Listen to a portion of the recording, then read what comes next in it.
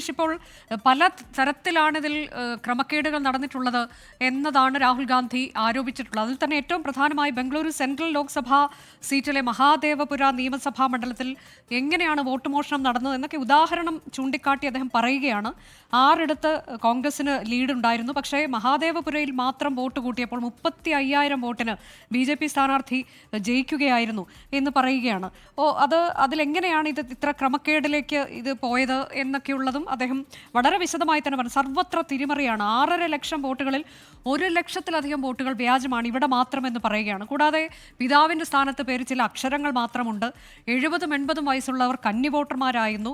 വീട്ടു നമ്പർ രേഖപ്പെടുത്തേണ്ടത് 0 എന്ന് പറയുന്നു. അങ്ങനെ ഈ വോട്ടർ പട്ടിക കാട്ടിയുള്ള കാര്യങ്ങളാണ് അദ്ദേഹം പറഞ്ഞിട്ടുള്ളത്. ഇരട്ട മേൽവിലാസത്തെക്കുറിച്ച്, ഇരട്ട വോട്ടുണ്ട് എന്ന് പറയുന്നു. 30-50 ഒരേ വിലാസത്തിൽ കുറേ വോട്ടർമാർ, 10,000-ലേറെ വോട്ടർമാർ, ഇങ്ങനെ വളരെ വിശദമായി അദ്ദേഹം കാര്യങ്ങൾ ഇന്നിപ്പോൾ വ്യക്തമാക്കുമ്പോൾ ഒരു കാര്യം കൂടി അദ്ദേഹം പറയുന്നത്, ഇലക്ട്രോണിക് ഡേറ്റ എന്തുകൊണ്ടാണ് നൽകാതിരുന്നത്? തങ്ങളത് ആവശ്യപ്പെട്ടതാണ്, പക്ഷേ തെരഞ്ഞെടുപ്പ് കമ്മീഷൻ നൽകാൻ തയ്യാറായില്ല എന്ന് പറയുകയാണ്. അങ്ങനെ നൽകിയിരുന്നെങ്കിൽ ഈ പ്രക്രിയ വെറും 30 സെക്കൻഡ് കൊണ്ട് പൂർത്തിയാക്കാമായിരുന്നു. പക്ഷേ അത് നൽകാതിരുന്ന് 6 മാസമൊക്കെ എടുത്താണ് ഇപ്പോൾ ഇത്തരം രേഖകളുമായി അദ്ദേഹം ജനങ്ങൾക്ക് മുന്നിലേക്ക് എത്തിയിരിക്കുന്നത്. അപ്പോൾ ഇതിന് പിന്നിൽ ഈ ഇത്തരം വസ്തുതകൾ ജനങ്ങളിലേക്ക് എത്തിക്കുന്നതിന് വേണ്ടി അദ്ദേഹം എടുത്തൊരു അധ്വാനം എത്രയാണ് എന്നത് കൂടി വ്യക്തമാക്കപ്പെടുന്നുണ്ട്. തെരഞ്ഞെടുപ്പ് കമ്മീഷൻ ഒരു മറുപടി നമ്മൾ പ്രതീക്ഷിക്കുന്നുണ്ടല്ലോ, അല്ലേ അജീഷ്?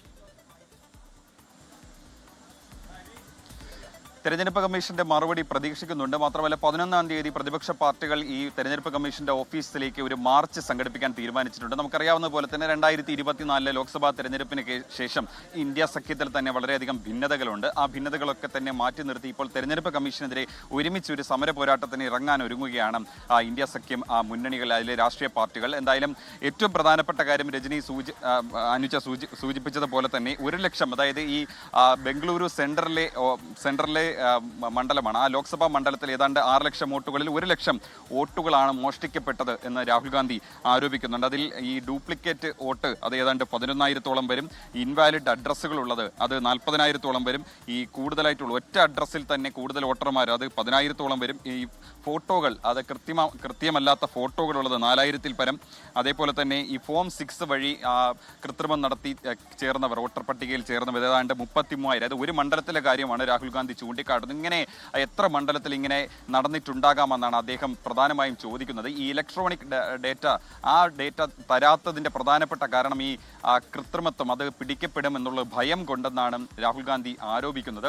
പ്രധാനമായും ഈ ഡേറ്റ പലതവണ രാഹുൽ ഗാന്ധി ആവശ്യപ്പെട്ടിട്ടുണ്ട്, പക്ഷേ ഇതുവരെയ്ക്കും നൽകാൻ തയ്യാറായിട്ടില്ല. മാത്രമല്ല ചില സംസ്ഥാനങ്ങളിലെയും കഴിഞ്ഞ ലോക്സഭാ തെരഞ്ഞെടുപ്പിലെ അടക്കം കണക്കുകൾ ചൂണ്ടിക്കാട്ടി ചില ആരോപണങ്ങൾ കൂടി അദ്ദേഹം ഉന്നയിക്കുന്നുണ്ട്. ഹരിയാന നിയമസഭാ തെരഞ്ഞെടുപ്പിൽ 8 സീറ്റുകൾക്കാണ് കോൺഗ്രസ് പരാജയപ്പെട്ടത്. 8 സീറ്റുകളിൽ ഏതാണ്ട് 33,000 വോട്ടുകളിൽ താഴെയാണ് ഈ പരാജയത്തിന്റെ ഒരു മാർജിൻ. സ്വാഭാവികമായിട്ടും അവിടെ കൃത്രിമത്വം നടന്നിട്ടുണ്ടാകാം എന്ന് ആരോപിക്കുന്നുണ്ട്. ഈ ഇലക്ട്രോണിക് ഡേറ്റ നൽകി കഴിഞ്ഞാൽ ഈ കൃത്രിമത്വം ഒക്കെ പിടിക്കപ്പെടും. മാത്രമല്ല ഈ വാർത്താ സമ്മേളനം കഴിഞ്ഞ ശേഷം ചില മാധ്യമ പ്രവർത്തകർ അദ്ദേഹത്തോട് ഈ ചോദിക്കുന്നുണ്ട്, അതായത് ഈ ഇലക്ട്രോണിക് വോട്ടിംഗ് മെഷീനിൽ എന്തെങ്കിലും കൃത്രിമത്വം നടന്നിട്ടുള്ളതായിട്ട് ആരോപിക്കുന്നുണ്ടോ എന്ന്. അപ്പോൾ അദ്ദേഹം പറയുന്നത്, തങ്ങളുടെ കയ്യിൽ ഉള്ള രേഖകൾ വെച്ചിട്ടാണ് ഞാനിപ്പോൾ സംസാരിക്കുന്നത്. ഇലക്ട്രോണിക് വോട്ടിംഗ് മെഷീന്റെ കാര്യത്തെക്കുറിച്ച് ഇപ്പോൾ തനിക്ക് ആധികാരികമായി പറയാൻ സാധിക്കില്ല. ഈ രേഖകളുടെ അടിസ്ഥാനത്തിലാണ് അദ്ദേഹം സംസാരിച്ചത് ഇന്ന് എന്നുള്ളതാണ്. വെറും ഒരു ആരോപണം ഉന്നയിക്കുന്നതിനപ്പുറത്തേക്ക് രേഖകൾ അദ്ദേഹം ഉയർത്തിക്കാട്ടുന്നുണ്ട്. ഇപ്പോൾ കർണാടകയിലേക്ക് നേരത്തെ നമ്മൾ പറഞ്ഞ ആ വോട്ടർ പട്ടിക, അതിൽ എങ്ങനെയാണ് ക്രമക്കേട് നടന്നിട്ടുള്ളതെന്ന് പറയുന്നു. അപ്പം ഭരണവിരുദ്ധ വികാരമില്ലാത്ത ഒരു അപൂർവ പ്രതിഭാസം ഇപ്പോൾ നടക്കുന്നുണ്ട് എന്ന് അദ്ദേഹം പറയുകയാണ്. അതിനൊക്കെ ഓരോരോ കാരണങ്ങൾ, പുൽവാമ, ഓപ്പറേഷൻ സിന്ദൂർ, അങ്ങനെയൊക്കെ പല കാരണങ്ങളും ഉണ്ടാകാം. പക്ഷേ അങ്ങനെയും ഒരു അപൂർവ പ്രതിഭാസം ഈ BJP അധികാരത്തിൽ വന്നതിന് ശേഷം നമ്മൾ കാണുന്നു. പിന്നീട് അദ്ദേഹം പറയുന്നത് ഈ എക്സിറ്റ് പോൾ ഫലങ്ങളൊക്കെ വന്ന് അതിനുശേഷം വരുന്ന ഒരു അഭിപ്രായം എങ്ങനെയോ അതൊന്നുമല്ല പിന്നീട് തെരഞ്ഞെടുപ്പായി വരുന്നത്. ഹരിയാന ഉൾപ്പെടെ അദ്ദേഹം ചൂണ്ടിക്കാണിക്കുകയും ചെയ്യുന്നുണ്ട്. അങ്ങനെ ഇത്തവണ അദ്ദേഹം തെളിവുകൾ ഉന്നയിക്കുന്നുണ്ട് എന്നുള്ളത് ഇത് ജനാധിപത്യ തകർക്കലാണ് എന്ന ഗുരുതര ആരോപണം ഉന്നയിക്കുകയാണ്. അപ്പോൾ ഇതിൽ തീർച്ചയായും തെരഞ്ഞെടുപ്പ് കമ്മീഷന്റെ ഒരു വിശദമായൊരു മറുപടി തന്നെയല്ലേ നമ്മൾ ഇനി പ്രതീക്ഷിക്കേണ്ടത്? ഇതൊരു വെറും രാഷ്ട്രീയ ആരോപണം എന്ന നിലയ്ക്ക് തെരഞ്ഞെടുപ്പ് കമ്മീഷൻ ഇതേ വിട്ടുകളയാനുള്ള സാധ്യത എത്രത്തോളമാണ്?